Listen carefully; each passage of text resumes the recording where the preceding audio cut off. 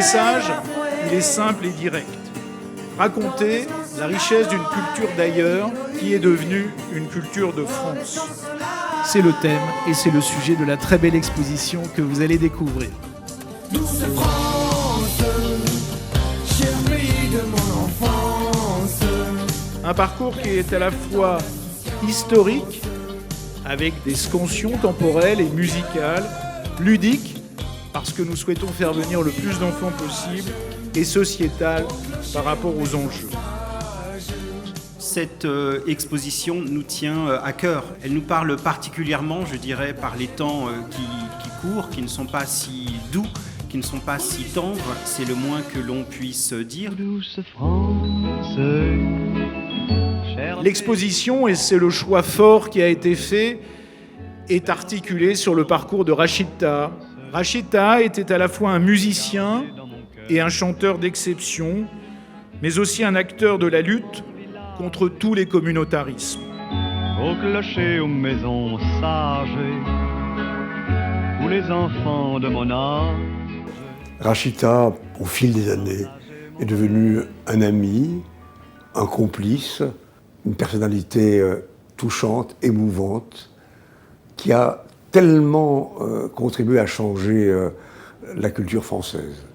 Il était lui-même l'incarnation parfaite de cette France arc-en-ciel dont nous rêvons.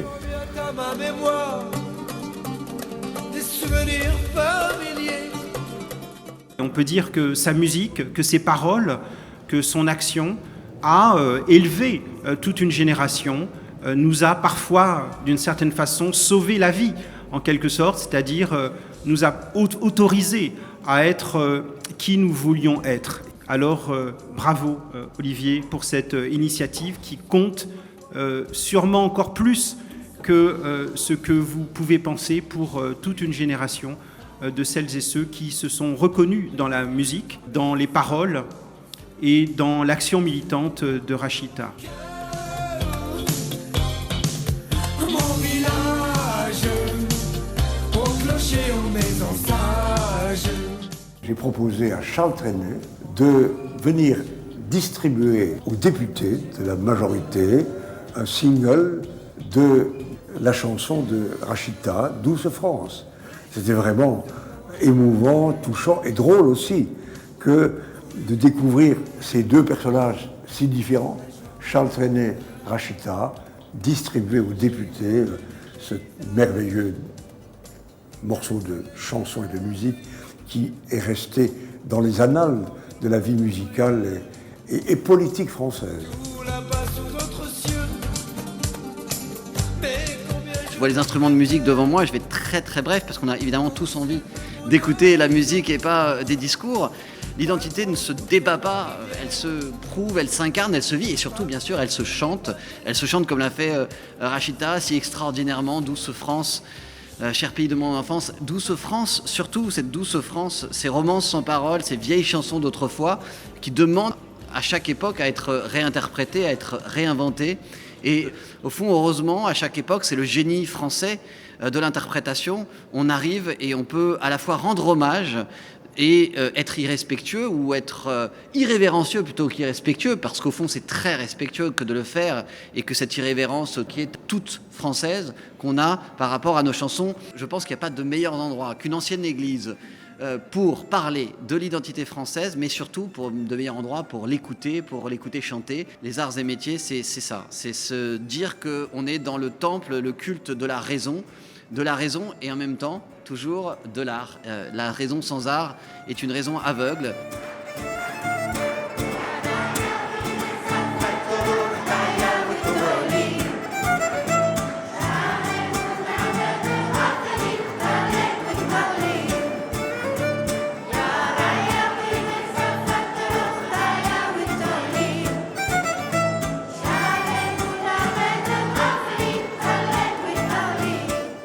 Je remercie tous les enseignants, tous les partenaires, tous les musiciens intervenants qui nous permettent de faire chanter pas moins de 850 enfants sur la Seine-Saint-Denis, aux côtés de la compagnie Rasegna, qui est une des compagnies qui défend aussi ce qu'on recherche à défendre au sein de Ville des musiques du monde et à travers cette exposition Douce France et les patrimoines des musiques d'ici, Parce que ce sont les patrimoines des musiques de la France et finalement, ce patrimoine-là, il appartient à l'histoire nationale, à l'histoire mondiale de la France. Elle se raconte aussi en musique et de façon paisible et en dansant.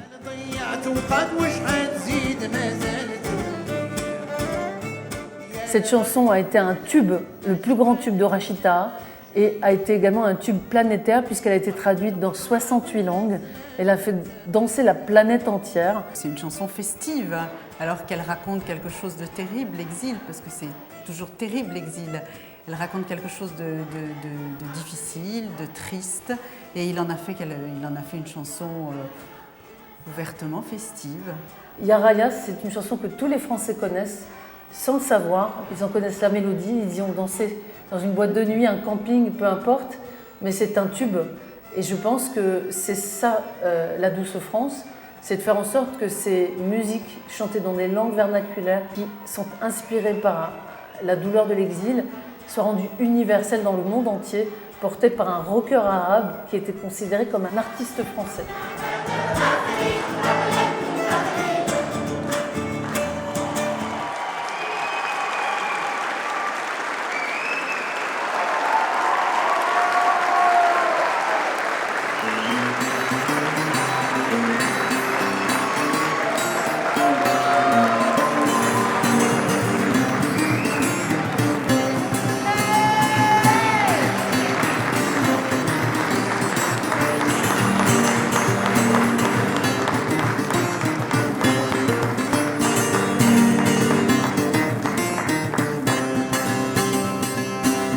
Dans l'eau mouillée